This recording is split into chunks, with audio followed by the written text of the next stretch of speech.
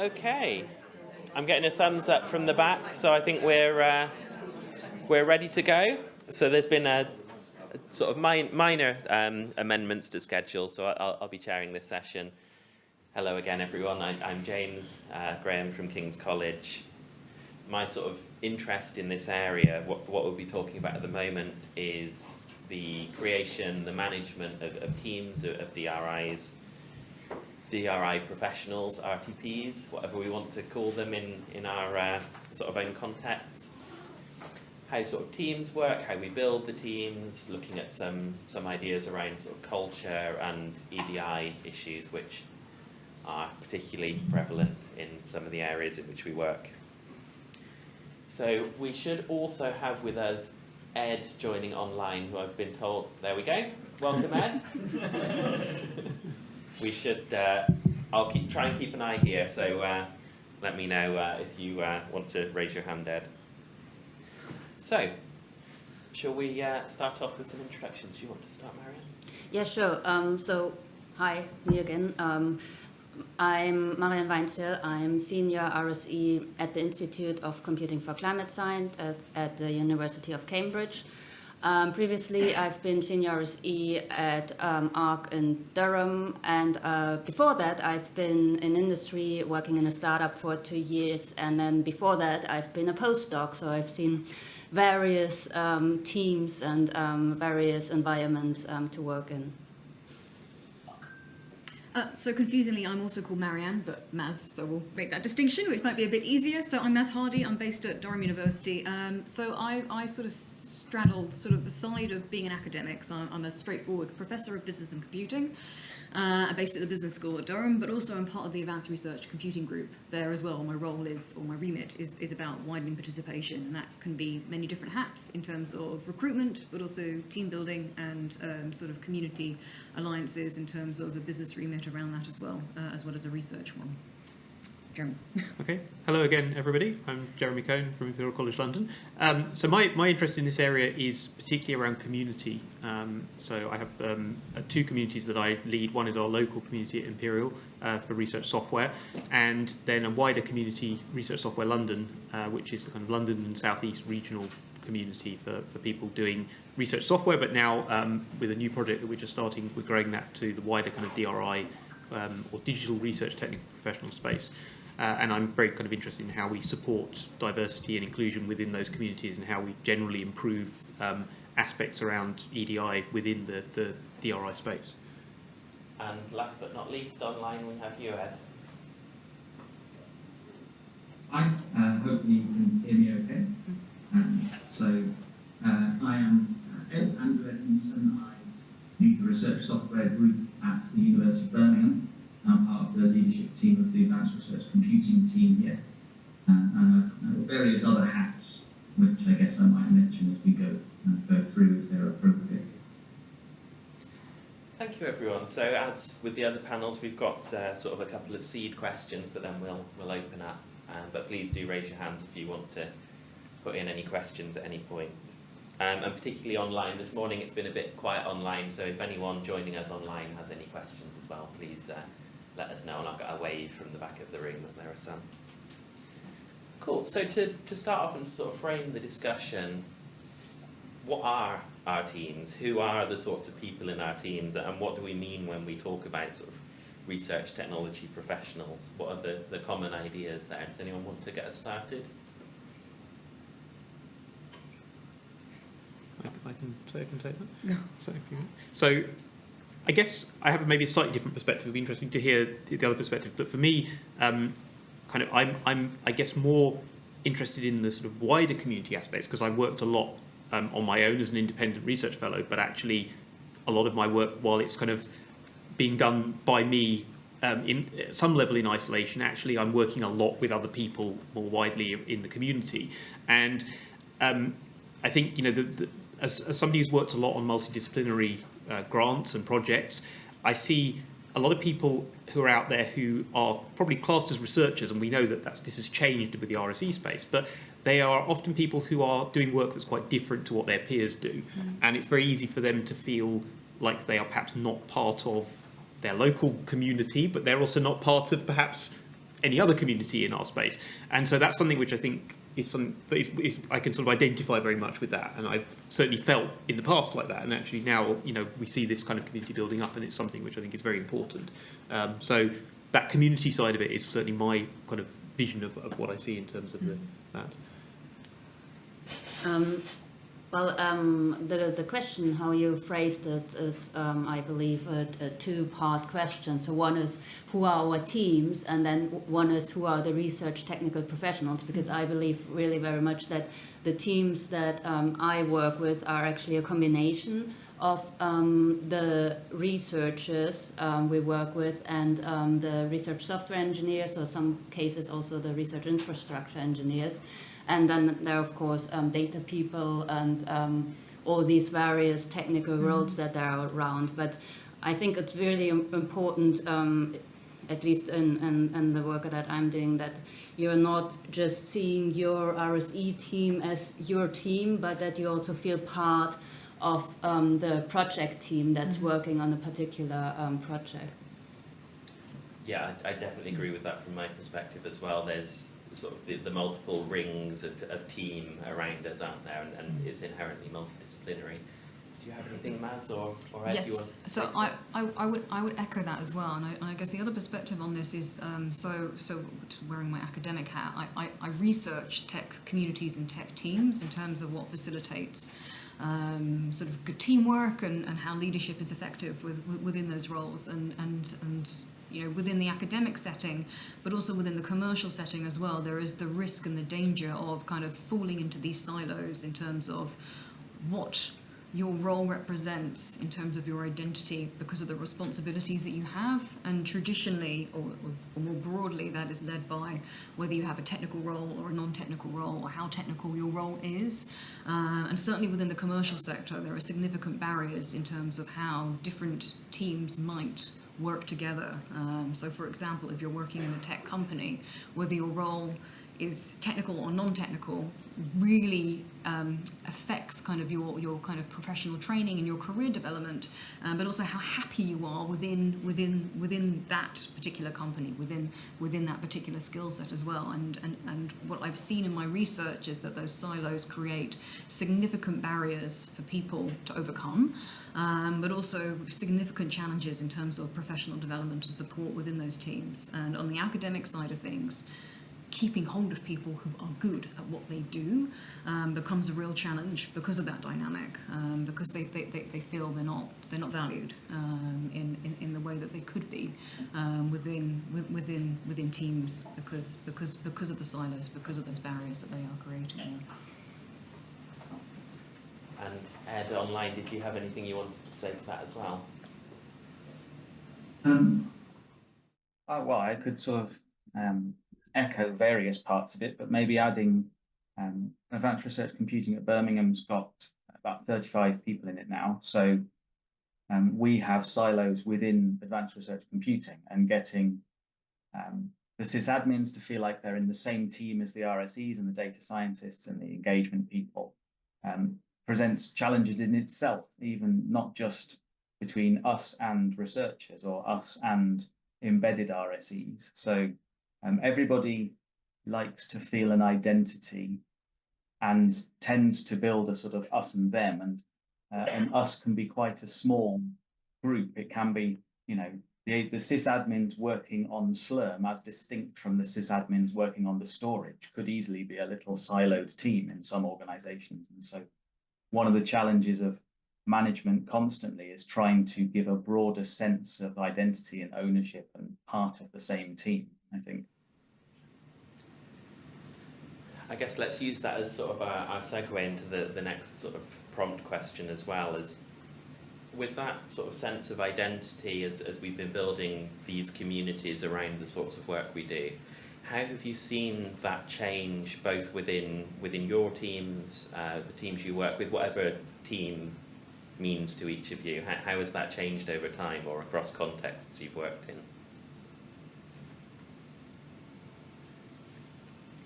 I can start, but so given that I've worked in various different teams, that will be a long answer.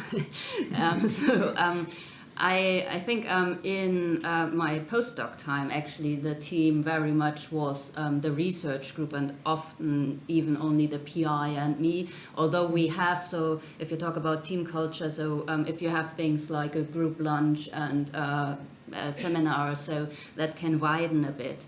When I worked in industry, I felt there was actually a bit more of a we work together in the whole company. Well, I mean, it was a small startup, so it probably is very different if you work in a huge company and so. But although we had the software team and we had the R&D team, you always felt very much part of one team, even when we moved in a different building where we were put in 2 different rooms.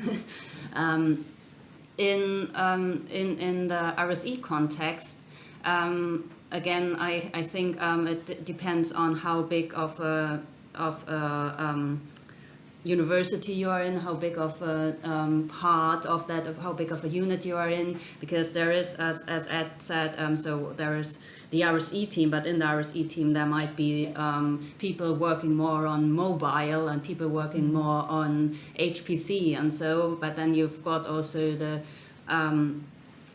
research computing services, and where you've got the platforms people and so as well. And then in Cambridge you have the UIS, the University Information Systems, which is another big thing around that. And so, and then we as a team are again basically just in the Venn diagram part of that, because we belong then also to the ICCS. So it's very complicated, and each of these parts actually makes some effort to create a belonging, to have some sorts of events, some sorts of tugging at you to basically feel part of that. So it can become a bit of an identity crisis at times, because as an RSE you belong to so many groups.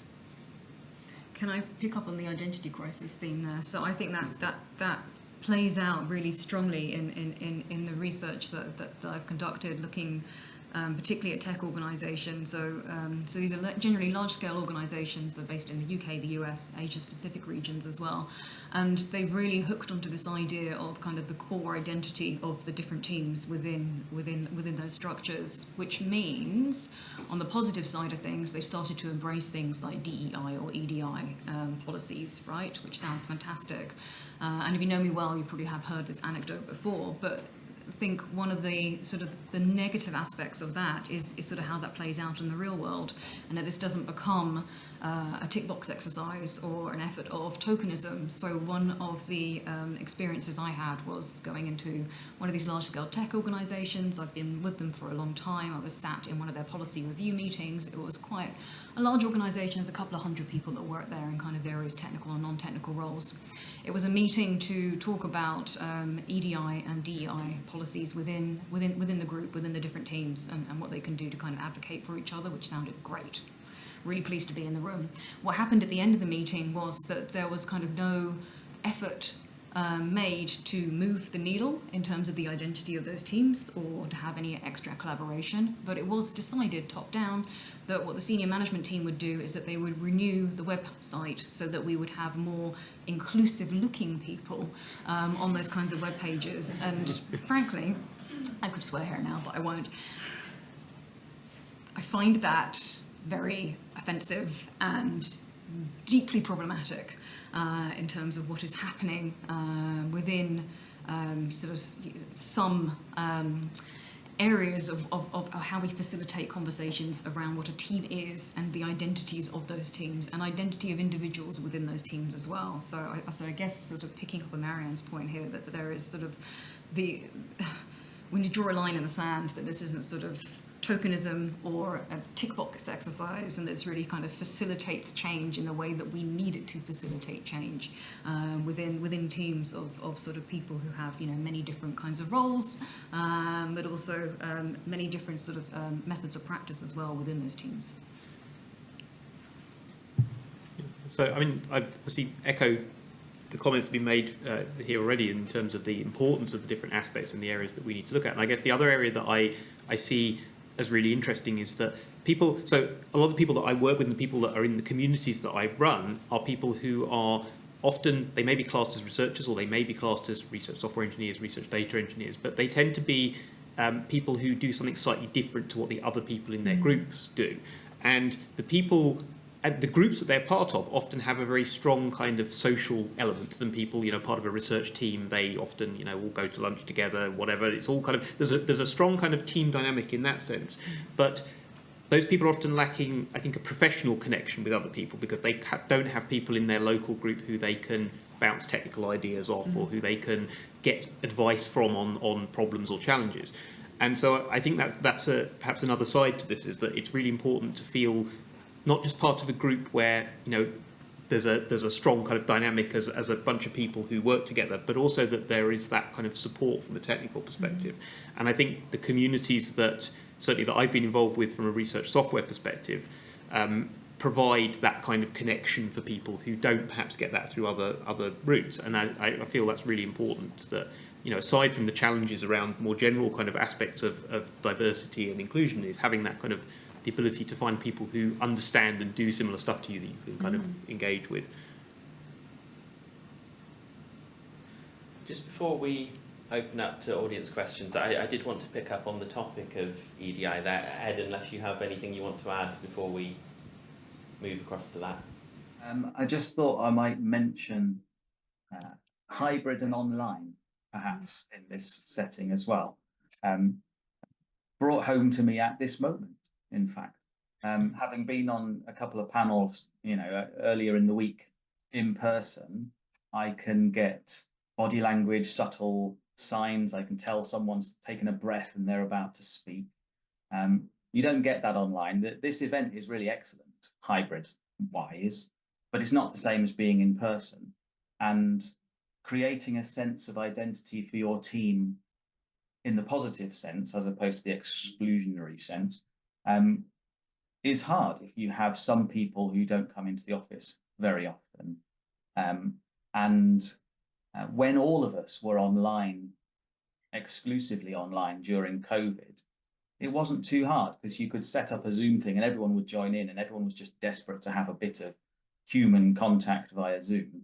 But now that some people are at home, some people are in the office, the people in the office definitely find it easier to be part of the team, to chat to each other, get to know each other, help each other even, than the people who are remote. And can I make another point as well, without hogging the microphone too much? We use food, as many teams do, we use food as a way of creating a team identity. We go out for lunches. I do most of my one-to-ones in cafes. But from a diversity perspective, that's challenging in various situations, and particularly right at the moment. So a team lunch during Ramadan is not an inclusive thing to do. And things like I have one person in my team who, if I take him to a one-to-one in a cafe, he will sit there and watch me drink a cup of tea, which feels quite peculiar. So what are sort of non-food related things are also important. I'll hand back to you. Thank you. So the thread I was going to pick up on EDI is sort of following what you said, Maz, where often we see sort of token approaches to that. What are some of the ways in which we can embed EDI within the culture of a team to really sort of ensure that we actually are making positive change? And are any of the challenges different there between sort of established teams and new teams? Do we need to take different approaches in different contexts? I think the first thing I would say is that don't assume that EDI happens at the point of recruitment and assume that it stops there either. It needs to be embedded within the whole infrastructure of the team at every aspect of kind of the career development plan. Ideally, that is something that you all agree on, that you all agree that you are going to do. One of the main barriers to that, and certainly something that we have faced challenging at Durham, is the benchmarking and the processes of the institution itself that may prevent us from doing a change that we feel would benefit the team or enhance diversity or improve the EDI, DEI agenda. I mean, just to give a really tame example of that, when we recruit, traditionally, the EDI question is the last question that is asked during an interview, right? It's sort of like the washing your hands moment. It's like, anything else? Oh, by the way, what do you know about EDI? You kind of like throw one in, right? So what we decided to do as a team is that we would have the EDI, DEI question much higher up, like the first or the second thing that we would ask. Not to catch anyone out, but to ensure that we are kind of laying out, what we value within the team and sort of how that reflects how we're going to recruit people as well. And we got pushback from HR because we weren't allowed to restructure the questions in the way that we wanted to.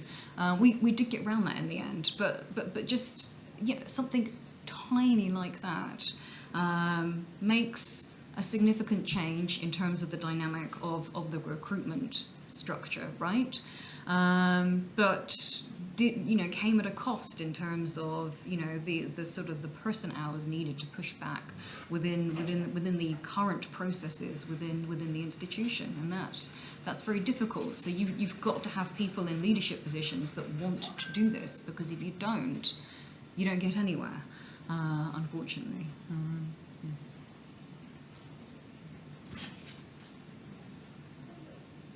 Maybe continuing from that, and recruitment, as you said, there are lots of things that you can do, and the Innate Women HPC chapter has made a checklist, but the checklist is basically in this case, just a thing of, creating that mindset, starting to think about it. But as you said, it's not recruitment and then it's done. I think so a lot of what Jeremy also said about community and feeling that you belong is very important here, so that you don't feel like, oh, actually I'm the only person like me here, and now I have to prove that a person like me can also do this job. Can be really hard and consume a lot of your brain power and take it away from actually doing your job. So that's the tricky bit. So I don't have an answer to how do you do that? How do you actually make sure that people feel that they belong? So you can do things like trying to invite them along, and so, but I think it's also a lot of listening and a lot of making sure you try to understand, and you understand maybe why you feel annoyed by this thing the other person does, and don't react on it, but try to understand, okay, what's actually happening here. So there's a really good book called The Culture Map, which is basically going along various axes and trying to basically explain how different cultures are doing certain things differently, and how this can sometimes create tension. And so, I believe in a team it's really, really important that you try to understand each other and try to listen and see, okay, where do we have to change things. And as Ed also said, the hybrid thing is really a tricky one. I think it's really important. I mean, I couldn't do the job I'm doing right now in Cambridge if I couldn't work most of the time from Durham, where my family is and where my kids go to school, and where I can't easily move. But having the possibility to work from home most of the time, going down a couple of times per year, every few weeks, and so really makes it possible. And we do have a lot of things in place in terms of, okay, we've got basically half an hour of online coffee catch up every week, so twice per week, and we've got team meetings, and so, but then again you have to think a lot about, okay, what do you have to do, because sometimes it's the other way around. People book a room for a meeting, or book a meeting, an online meeting, and forget to book a room for the people in person and things like that. So you really have to think about everyone and make sure that you do these things. But I also feel often, okay, I need to go there and meet people in person to make sure there are no misunderstandings, and make sure that I know who I work with, and so. But it's worth the effort. So I very, very much believe it's worth the effort to do these kind of things.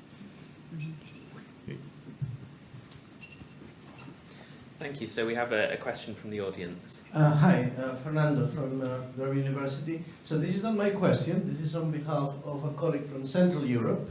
And she asked, this is about the EDI question in the interview. And what she was in an interview panel, and she was told that she had to ask the EDI question. And she said, well, it's mostly people from Britain who are aware of this EDI movement or scheme or framework, whatever you want to call it. But if we want to if we have candidates from other countries that have not worked here, by asking them this EDI question, and they will know the answer, they will not know the answer necessarily. Are we increasing the diversity or are we excluding them? And that's what she asked. I don't know what the question is, the answer is. I think it's an excellent question, and my observation around the EDI, DEI question is, another example from working with a different tech company, so they had the EDI, DEI question as part of their interview. It was the last question on their interview remit. I was going in and doing some focus groups with their HR team and also their CEO and COO, and I asked them what would be, if someone is answering your EDI question, what would be an ideal answer, right? What would be a high caliber answer to that question? No one could answer. No one, because they wanted the question asked, but they hadn't thought about what the benchmarking of the answer should be. And again, this goes back to my earlier point about that sort of tokenistic tick box exercise that there's sort of this rush towards EI, EDI stuff without actually thinking through what is the benchmarking, or what is the why and the how around that. So yeah, you're right. In terms of, I think we need to take a step back, actually, Fernando, in answer to your question, and think about what is the goal of that question? And it's so loaded. Traditionally, it's in that one question. That one question can't facilitate, sort of equity and diversity and inclusion and change within a whole team, right? Can it? That's crazy. And yet that is our expectation when we do recruitment, and then we just kind of expect the team to be happy without any kind of professional benchmarking or support mechanism there to help the people that we currently have stay in their jobs and roles and be happy about it and retain them, right? Yeah, sorry, you can hear my voice, pretty quite passionate about this. Marion, you wanted to say something? Yes, because this is exactly one thing that occurred to me in the past, I don't know, a few hiring rounds. I'm part of a lot of panels because I am a woman in a tech job. Yep. And you need a diverse panel, don't you? I also observed actually that applicants from certain countries, and it's not just Central Europe, so really struggle with that question because they don't expect it at all, and maybe it's also not something that in their surroundings, their environments, or so is discussed. So I start to feel, although I was really pro this question, and actually asked to add it to the questions that we asked in Cambridge, but I then started to think, okay, are we actually excluding people? Because the people who are basically used to think about these kind of things, who have been in discussions around EDI, might have an answer and know basically, oh yeah, I just have to say this and that and everybody will be happy. So I'm thinking we need to think about different ways. Because we can only ask questions that fit to our criteria. And one of our criteria, I think, that we fitted this question around was working with diverse teams, people with different backgrounds, and so in communication. So I think maybe a better way is not to ask, why is EDI important? Oh, EDI is very important because we get more ideas, and we get a better. But more about, okay, how would you deal with a situation when, or how can you give an example of I don't know, when you worked with a team where there might have been a clash of ideas or a clash of opinions. So I think you're very right with that, that it's actually something that we should change and actually can create a barrier that people can actually be disadvantaged because of their background. And actually they would enhance the diversity of the team, but they can't answer this question. Great. Thank you. Jeremy, did you want to say something? Yeah, I'll just And then briefly we'll go comment. to, I mean, just to say that, I mean, I obviously take the point of the question, and, you know, interviews can be a stressful situation, and especially if you get a question that is not something that you perhaps anticipating or expecting, it can be very difficult. But I also think that, you know, there are things that you can actively do around EDI, and that's possibly sometimes what these questions are trying to anticipate. But there are also things that we all do in our day-to-day work that contribute to making a more open, diverse, accepting environment. And, you know, those are things that perhaps often maybe you don't think about them day to day. You maybe just ways that you work, you know, that kind of fulfill those sort of aims. But I guess there's also, you know, ways that, so even if you're not somebody who has thought about this in great detail, once you do start thinking about it, there are often things that we all do day to day that can help with that. And there's possibly always things more that we can do. But I think that's there's always kind of things there that you know, hopefully people do in their day-to-day work that help to ensure and promote a diverse and inclusive environment. Rob. Yeah, hi, Rob Haynes, University of Manchester. I just thought to sort of make a comment on what you were saying, Marion, about perhaps on the question that came from. We've sort of wrestled with this in Manchester, and what we've started to do, and I believe this is considered good practice for other things as well, is we've started to send questions out to interviewees before the interview so that they can have a good think, and we're really then, I suppose, making sure that we are making sure people can be their best in the interview, and we're not just seeing who are good at interview. And one of the questions we've really tried this out with is the EDI question. So we're giving people a chance. We're not ambushing them in the interview and making, you know, when people might not have that experience, because sometimes people who aren't in leadership positions might feel they've not had an opportunity to take part in these sorts of things or lead these sorts of things. So yeah, we've given people the option to, we've given people the question up front before the interview, and we've also said, you know, examples from outside work are really good as well. So that's one way we've dealt with it. Did anyone on the panel want to say anything to that before we ask another question? No? Christopher, then. Well, so I want to ask about different sort of kind of like axis. So people lie along sort of a axis from extremely introvert to extremely extrovert. We're all somewhere on that range. Generally, I feel that you tend to be more successful when you're more extrovert, because that's where all the networking happens, and that's where you're going out and you're interacting with more people. And particularly as you become more senior, the ability to go out and actually network is really important. But that does mean that you tend to find, if you're very introvert, you don't have those opportunities. But also those of us that are feeling more introvert actually tend to have that pressure to become more extrovert, and just have to learn to do that. How do you manage a team and build a good team culture when you have a very diverse group of people along that spectrum of introvertness to extrovertness, especially since, you know, in my observation, sort of post-pandemic, it tends to be the more introverts would be the ones who would want to be more working from home, and the more extroverts are the ones who tend to be wanting to be back into the office and sort of interacting and being together. And particularly in the DRI community, I feel that we have quite a wide range on that spectrum.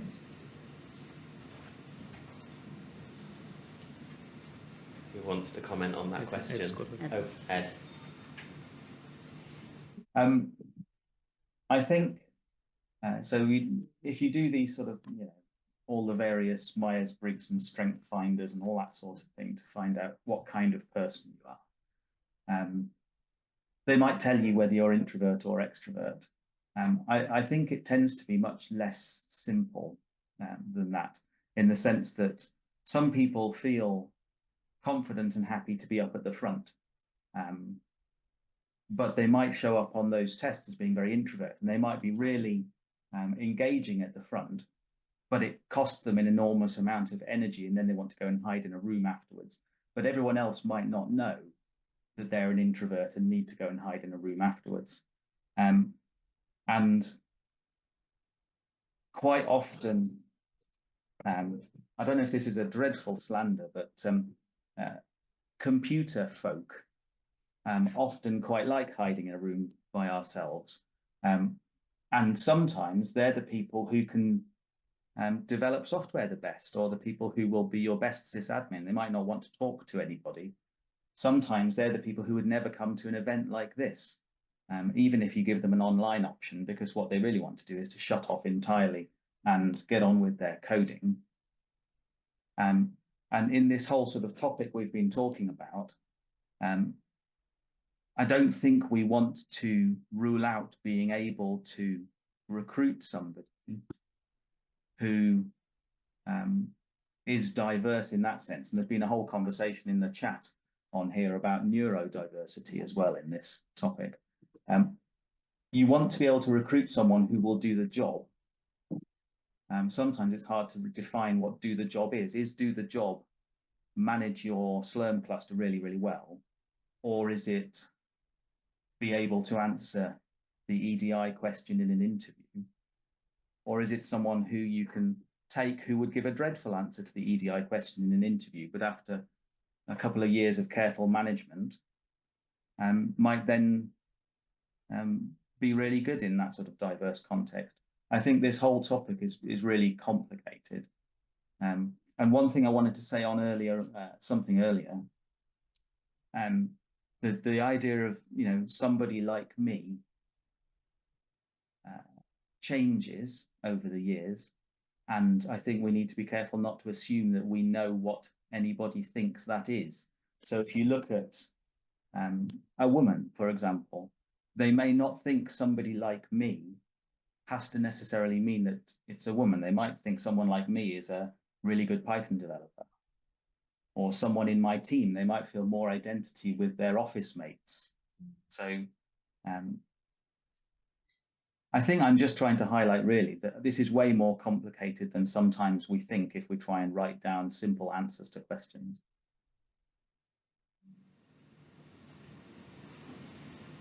Mariann. Yeah.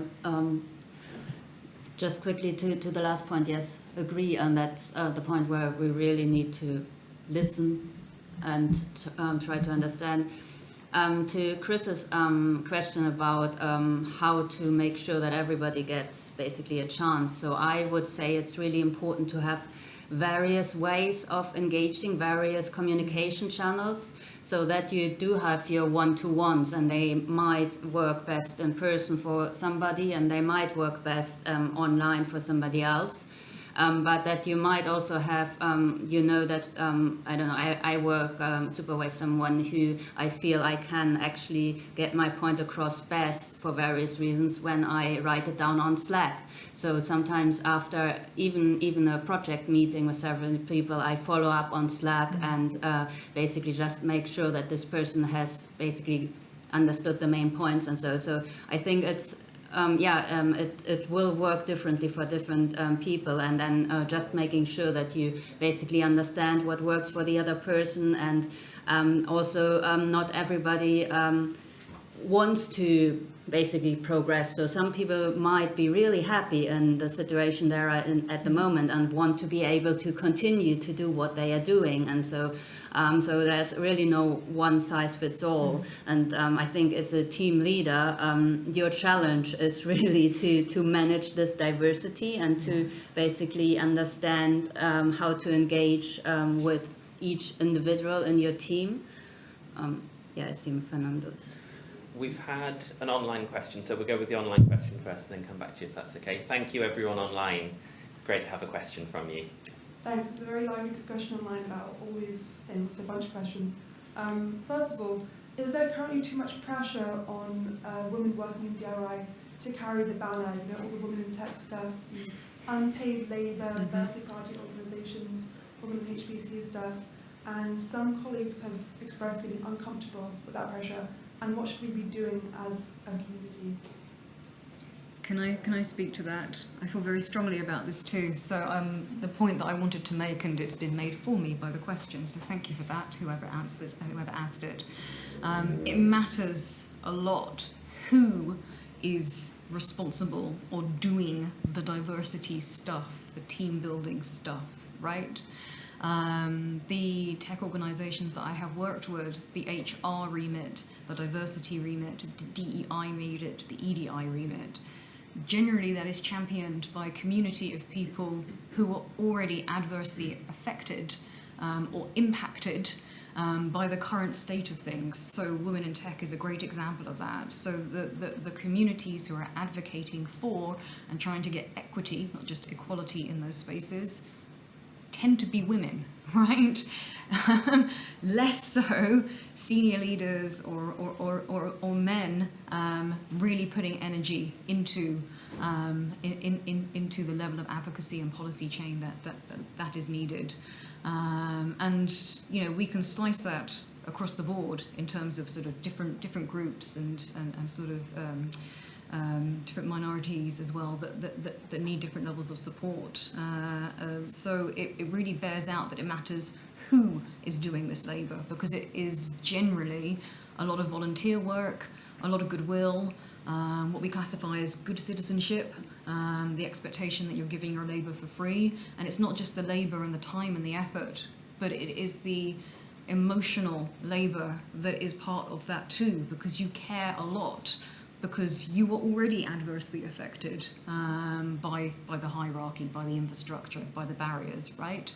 And that's really challenging. And yeah, it would be great to have buy-in from senior leadership teams to really help support those groups of people that need the support.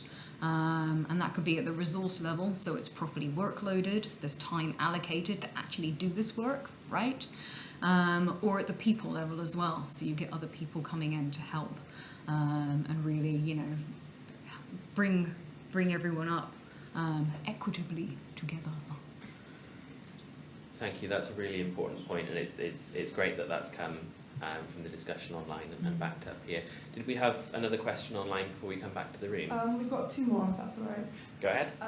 So going on from, I think, Ed's point of introverts versus extroverts and online culture, some people with neurodiversity feel online has been hugely beneficial, and on the other hand, people feel like it's been really difficult. It's obviously a huge spectrum.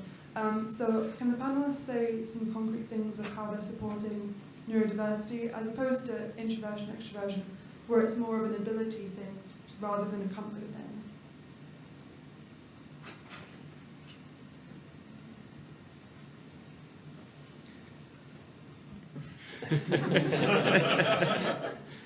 So, I mean, I can say something. I don't know if Ed, maybe Ed's going to comment on that. Ed, did you want to say something? Go on then. Okay, Jeremy okay. first, and then Ed. So, I mean, I think it's a really good point. It's a really important point, and it's obviously something that is very difficult to handle. And in the sense that, you know, we know that, I mean, you know, setups like this for hybrid are great, and it's there are many things that we can do that can make people feel part of something, if you know, in an online environment when it's a hybrid event. But I think more generally, something that we see, you know, if you look at kind of aspects around diversity and inclusion within, particularly in the research software community, where there's been, I think, a lot of people looking at this kind of thing. If you go to events, you often get the impression that the community is quite diverse. And actually part of the reason for that is exactly this challenge, that often the people who perhaps don't feel comfortable in a kind of large public event and don't want to be kind of part of that, or don't feel comfortable to be part of that, are the people who are not, you know, you're not seeing those people. And I think that that's something that we can recognise, and we can give opportunities for people to, you know, to try and make a difference to that. And I don't think there's an easy answer, but obviously, you know, having events which are accessible through different means is one option.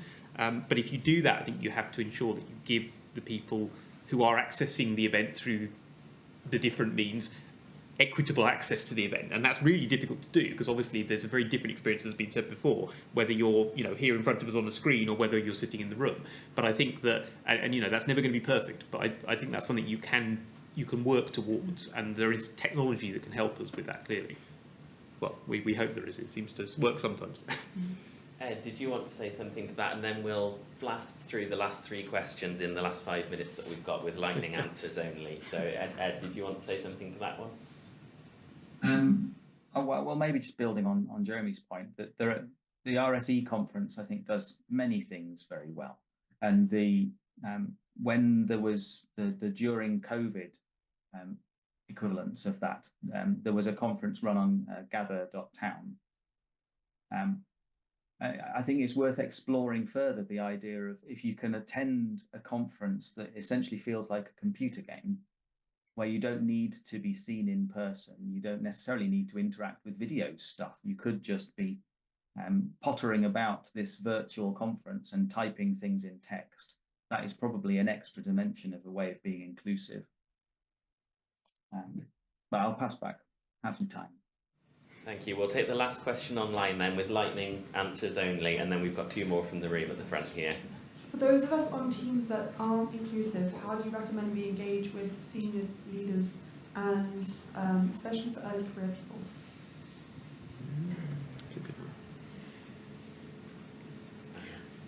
I think the answer is very similar to the one that we got in the previous panel. So they are also just people. So you can email them, you can approach them usually. So it's, I mean, there are different teams probably, but usually I would expect that it is possible that you just try to get in contact.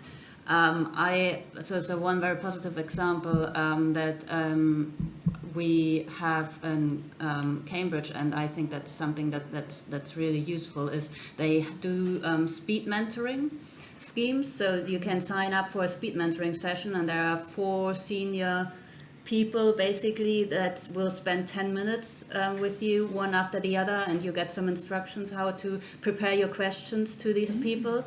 And I've just signed up for 1 session, so I can tell you next week whether that's that's useful.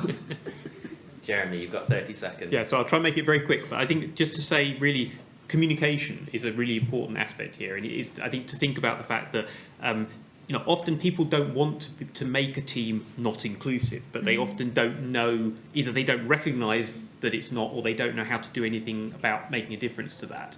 And so, sometimes it just takes somebody to highlight it, and people are actually willing to try and look at, what can you do to actually make the situation not something that's been that somebody else has observed. Okay, we have 2 questions from the room. If you still have your question, and we've got 3 minutes to get through. This is a very quick one. Sorry.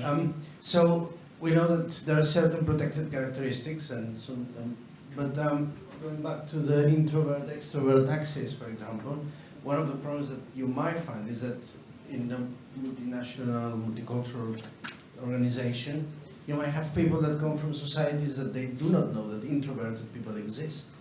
So, and these things are never taught, so there may be some training on, homosexuals or people of different races and so forth, but not along other axes. So, I just wanted to say that. Any responses to that before we pick up the last question? Yeah, I would say something that historically a lot of things like that have been interpreted in a sort of negative way. So, ADHD folk historically were just badly behaved and so on. And so I think a lot of the time we need to just be challenging our own interpretation of somebody's behavior or someone's, whether they turn up to events or not, and don't assume that you know why that sort of thing is happening. And then our last question, and we shall finish on time and let everyone get to lunch. Thanks, Chris Jewell, Lancaster. So at Lancaster, we're at the beginning of a 5-year capacity building grant. And for this, in the proposal, I had to suggest a number of KPIs that we measure ourselves against. And all the successful grant winners have been asked now to insert some EDI KPIs into their project. And this feels very much at odds with particularly what you were saying, Maz, about how we should measure these things. So I just wonder what your thoughts are collectively around how we respond to this, because we've got to give the funding councils what they require. So how do we do it? Great question. We have 1 minute. to Feels as a bit answer. of reverse engineering here, doesn't it? Good grief. I guess the question back to you would be, have they given any kind of benchmarks or policy documents that you can go to? They haven't even held up a, here's what we anticipate will be. Wow, they're asking you to make something up. I would run screaming. We need to talk in the break, I think. Yeah, no, okay, we'll have a longer conversation. Cool. In that case, does anyone have any sort of 30-second final thoughts that they want to put on this session? No. Well, thank you very much, everyone, both the panellists and the audience. Thank you very much, people online, for your questions as well. That's great to have that engagement from online. And we shall let you all go for lunch.